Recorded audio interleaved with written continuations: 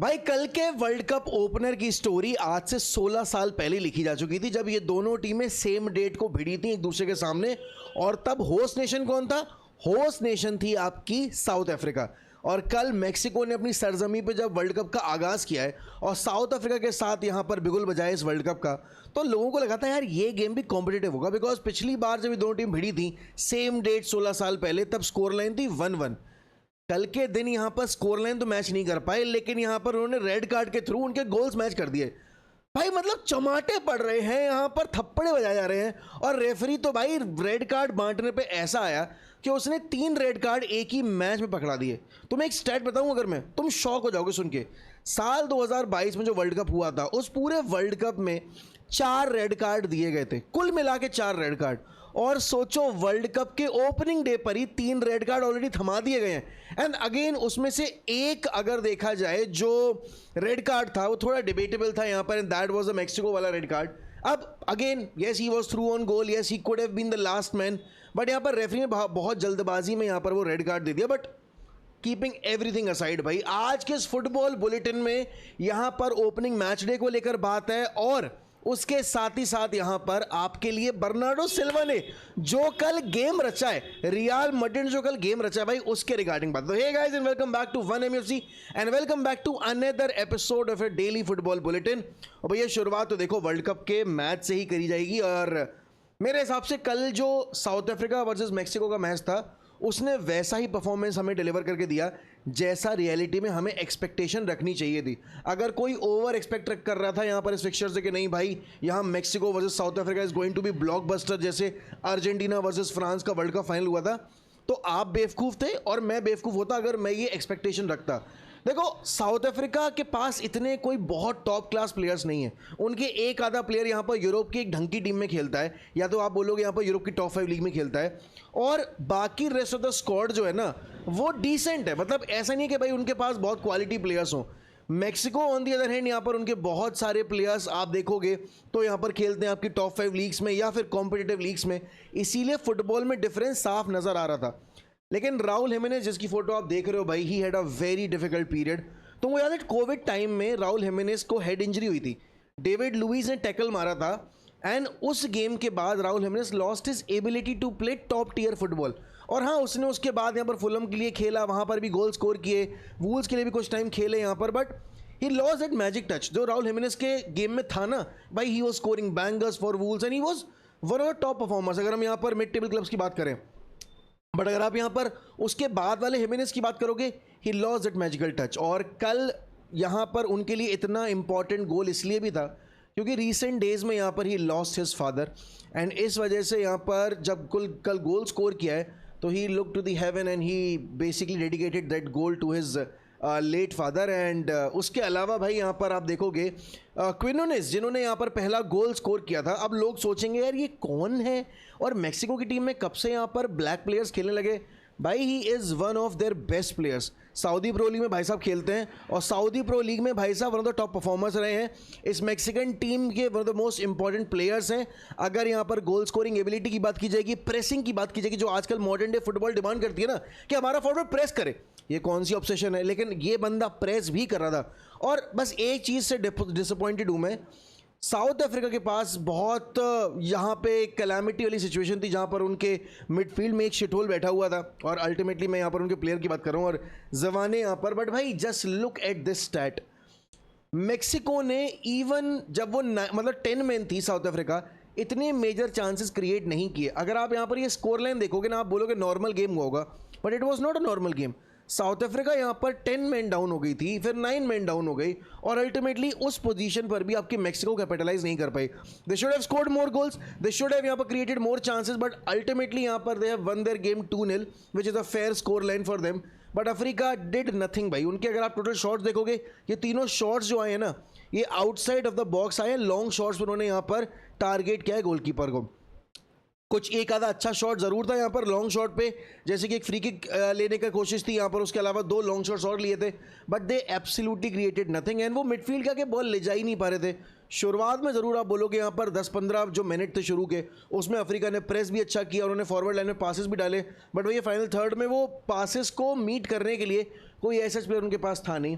But भाई ये जो स्टैट प्रोड्यूस किया है भाई साहब इन रेफरी ने, इन्होंने मतलब एक तरीके से शायद मेरे हिसाब से गलत प्रेसिडेंट सेट कर दिया है कि वर्ल्ड कप मैचेस की रेफरिंग ऐसी होनी चाहिए, ऐसी नहीं होनी चाहिए। हाँ आप बोलोगे यहाँ पर वो थपेड़ा जो मारा है कल, ठीक है ना, उस पर तो रेड कार्ड बनता था, और क्या मतलब भाई उन कनपट्टी लाल कर दी यार।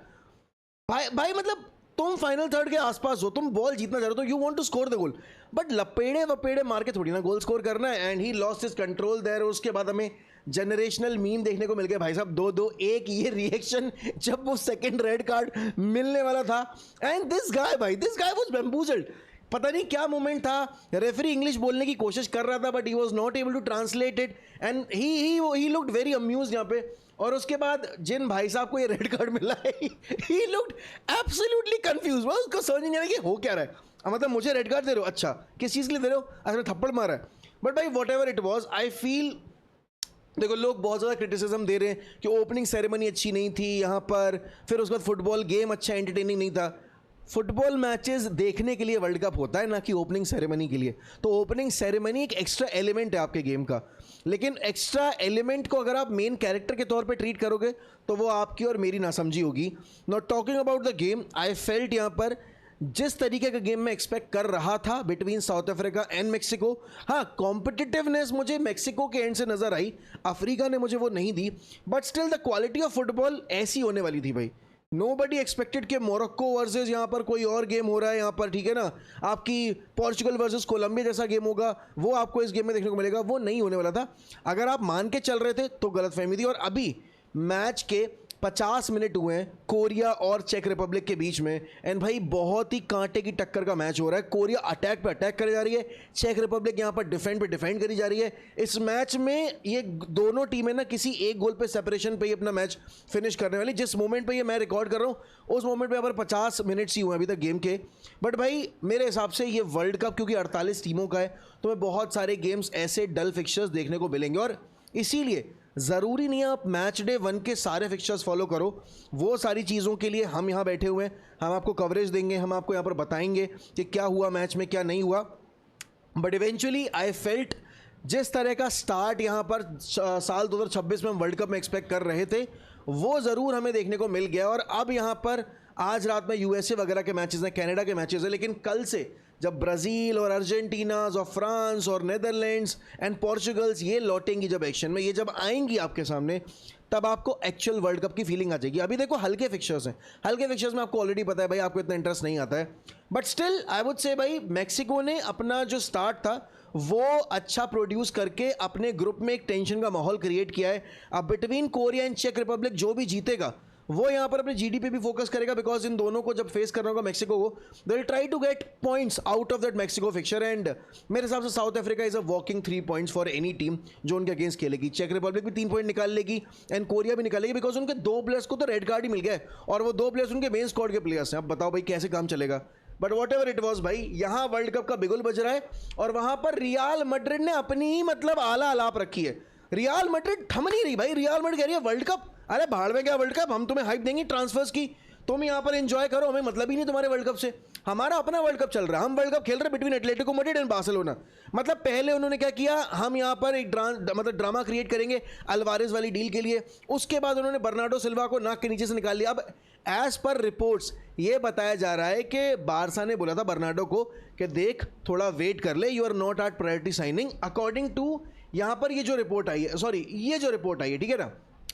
लेकिन बर्नार्डो के जो ऑनट्रास थे उनको ये deal as soon as finalize करनी थी। अब मुझे ये नहीं लगता देखो कि यहाँ पर ऐसा कुछ सीन है कि बार्सिलोना बोलेगी कि you are not our priority signing, या बार्सा ने ऑलरेडी इंडिकेशन दे दी थी टू बर्नार्डो सिल्वा को ये था कि भाई if I want my basically contract to be sorted और मेरा फ्यूचर सॉर्ट होना है तो मैं यहाँ पर जल्दी क्लैरिटी ले लूँ, बिकॉज फिर मैं वर्ल्ड कप के टाइम पे ये सारी डिस्टर्बेंसेस नहीं प्रेफर करूँगा। इसीलिए कल के दिन ही यहाँ पर आपकी डील शुरू हुई और वो डील फाइनलाइज भी हो गई।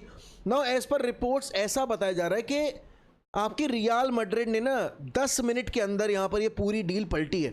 एटलेटिको मैड्रिड से पर्सनल टर्म्स एग्री हो गए थे, कॉन्ट्रैक्ट नेगोशिएशन कंप्लीट हो गए थे, लेकिन उसके बाद आपके जोसे मूरिन्यो ने पर्सनली यहाँ पर बर्नार्डो सिल्वा से बातचीत की है, बर्नार्डो सिल्वा को प्रोजेक्ट एक्सप्लेन किया है और उनको राज़ी किया कि भाई देखो एटलेटिको जाओगे तुम मैन सिटी के बाद वही हाल होगा जो अल्वारेस का हुआ है, ट्रॉफी नहीं जीतोगे, बस यहाँ पर तुम्हें पैसा कमाने को मिलेगा, लेकिन तुम जितने एम्बिशियस प्लेयर हो, अगर वो तुम्हें एम्बिशन मीट करनी है तो हमें हमारे क्लब में आना पड़ेगा। हम 2 साल से ट्रॉफी लेस है, हम एक नया प्रोजेक्ट शुरू कर रहे हैं with the likes of Mbappe's, Vinicius, Valverde's, Tchouameni's and obviously मैं आ गया हूँ यहाँ पर, मैं एक सीरियल विनर मैनेजर हूँ। तो बर्नार्डो ने यहाँ पर ये सारी चीज़ें कंसिडर की हैं, कंसिडरिंग यहाँ पर एक पोर्चुगीज़ मैनेजर यहाँ पर आ रहा है मैड्रिड को मैनेज करने के लिए, तो ऑब्वियसली बात है यहाँ पर वो काफ़ी इफेक्टिव एक स्टैंड पॉइंट रहता है प्लेयर्स के नज़रिए से भी।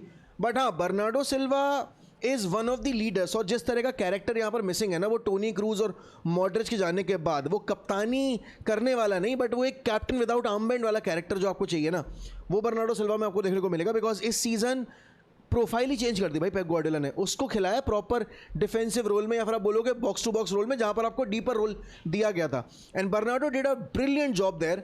But again if Bernardo Silva was signed by यहाँ पर आपकी रियल मैड्रिड, तो वहीं बार्सिलोना भी पीछे नहीं है, बार्सिलोना भी पूरी कोशिश करे कि भाई हम ये सब चीज़ें हाईलाइट कर दें और जो एक वर्ल्ड कप की हाइप है ना उसमें अपना पार्टिसिपेशन भी रखें ना। एज पर रिपोर्ट्स यहाँ पर बताया जा रहा है कि मार्क कसाडो का future at Barcelona is simply going to be over, और आपके जाओ कैंसेलो आ सकते हैं यहाँ पर बार्सिलोना वापस, क्योंकि अगर कोई नया फुल बैक देखने जाएंगे तो शायद उसके लिए बहुत पैसा देना पड़े। कैंसेलो के साथ ऑलरेडी यहाँ पर हाफ सीजन में बार्सा ने बहुत अच्छा परफॉर्मेंस डिलीवर किया है, तो which also makes a great stand point यहाँ पर कि अगर आप यहाँ पर किसी को लेके ही आ रहे हो, why not try a player जो ऑलरेडी आपके लिए खेल चुका है ना। मार्क कसाडो अभी तक था कि एएस मोनाको के रडार पे हैं, बार्सा फैंस ने हमें भी चिपकाने की कोशिश की, मैं भूला नहीं हूँ, ठीक है ना तुम्हारी हरकतें, लेकिन अब बताया जा रहा है कि भाई अल हिलाल के साथ मार्क कसाडो की डील एक्सप्लोर करने की कोशिश की जा रही है, जिससे कि आपके जाओ कैंसेलो की डील पे इस चीज़ का यूज़ किया जा सके।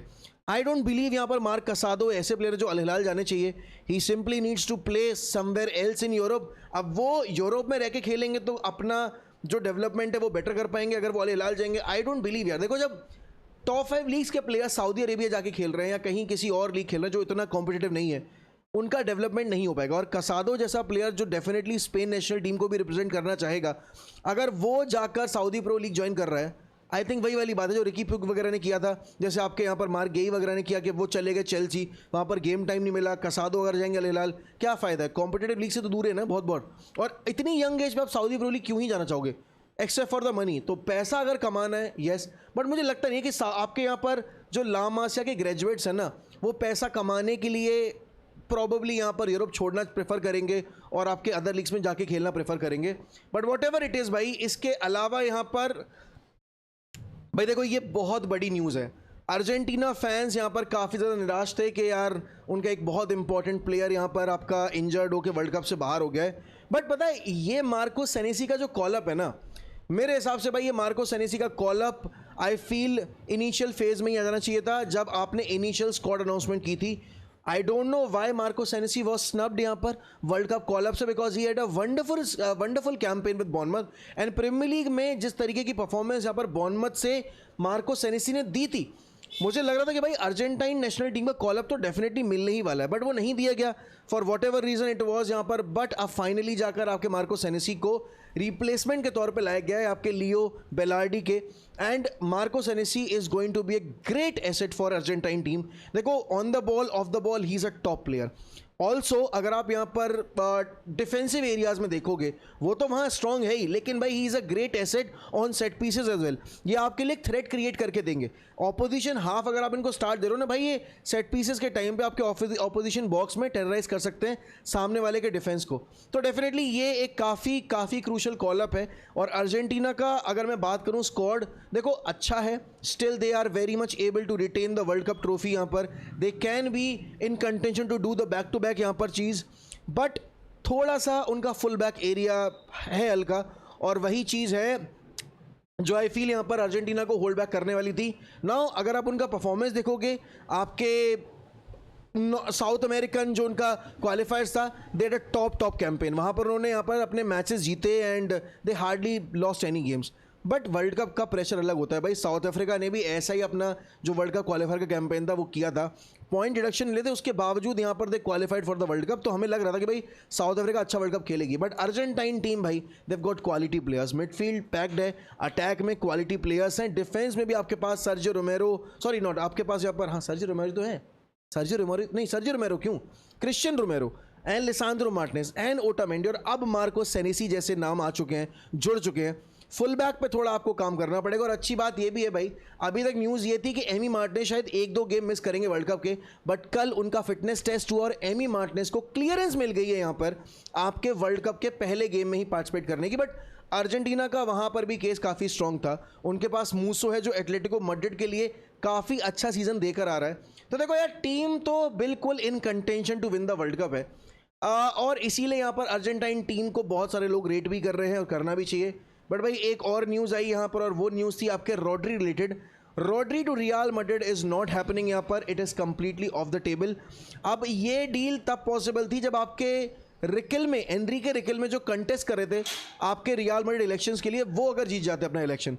बट अगर आप देखोगे यहाँ पर in general, I think real Madrid अगर फोकस करिए बर्नार्डो सिल्वा की डील के ऊपर, तो वो एक और बड़ा प्लेयर लेकर आना चाहेंगे, और दैट बिग प्लेयर कुड भी यहाँ पर एक यंगस्टर एंड कुड भी एंजो फर्नांडिस। नाउ पिछले वर्ल्ड कप में भी एंजो फर्नांडिस की डील हुई थी फ्रॉम बेनफिका टू चेल्सी। इस बार वर्ल्ड कप आ रहा है, फॉल आउट हो चुका है between Enzo Fernandez and Chelsea management, तो it is very much possible that Enzo end up joining या तो रियल मैड्रिड या तो मैन सिटी। अब जो भी होगा वो हमें पता चल ही जाएगा। बट भाई ये देखो, कोरिया और जो चेक रिपब्लिक का गेम है भाई, ये टोन सेट कर देगा वर्ल्ड कप की, बिकॉज ये गेम हो रहा है कॉम्पिटिटिव, ये गेम हो रहा है ज़बरदस्त। ठीक है, ये गेम अगर तुमने बैठ के देखा है, क्योंकि मैं देख रहा हूँ सुबह से, और वॉच अलॉन्ग करने का रीज़न ये था कि भाई थक गया था मैं बहुत ज़्यादा और मेरे अंदर एनर्जी नहीं थी। लेकिन हाँ, आज रात में हम करेंगे यहाँ पर एक stream, not for the watch along but एक प्री मैच स्ट्रीम करेंगे, जहाँ पर हम बैठकर पैनल के साथ डिस्कशन करेंगे। और अगर वो नहीं कर पाए तो भैया we will do the FIFA live stream, not quitting until I make Brazil win the world cup.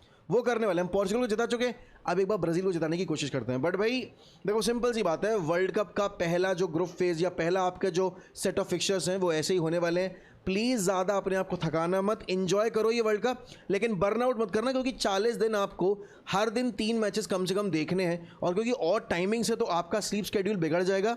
अपनी हेल्थ से खिलवाड़ मत करना, इन्जॉय द गेम्स जो आपको लगता है कॉम्पिटिटिव होंगे, बड़े गेम्स ज़्यादा देखना और इन गेम्स पे कम फोकस करना। But whatever it was भाई, I think the world cup 2026 जो स्टार्ट था was not the inch perfect one but still a very good one, and I'm looking forward to the rest of the world cup यहाँ पर। but still जो कल हमने referring देखी है वो यहाँ पर कहीं ना कहीं एक bad taste in the mouth छोड़ के जाने वाली बात है। एंड प्लस मेरे हिसाब से यहाँ पर जितना कल हमने फेस किया issue with the production and everything, I think वो कल लोग काफ़ी disappointed. But whatever it is भाई, I wish you all the very best. Please watch our videos, please support the channel, will keep you updated not just with the world cup content but also with the all the transfer news and updates as well. Thank you so much for watching the video.